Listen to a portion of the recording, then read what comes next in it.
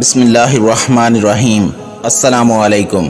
جناب امیر علیہ السلام کی خدمت میں ایک شخص آ کے عرض کرنے لگا، یا علی، مجھے کوئی ایسا راز بتائیں جس میں میں عمل کروں اور دنیا و آخرت میں سربلند رہوں۔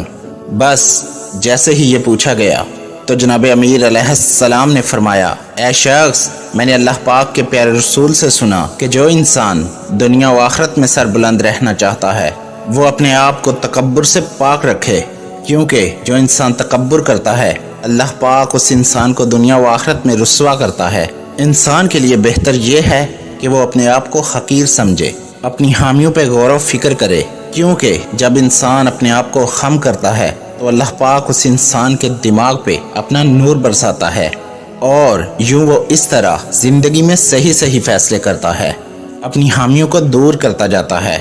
اور جو انسان اپنے آپ کو محترم سمجھتا ہے، تکبر کرتا ہے، اللہ پاک اس کی آنکھوں پر پردہ ڈال دیتا ہے اور وہ اپنی حامیوں کو دیکھ نہیں پاتا، اور اس طرح وہ اپنے ہاتھوں سے ہی غلط فیصلے کر کے اپنے آپ کو تباہ کر دیتا ہے۔ ویڈیو پسند آئی ہو تو پیاری باتیں چینل کو سبسکرائب کر دیجئے۔ شکریہ۔ فی امان اللہ۔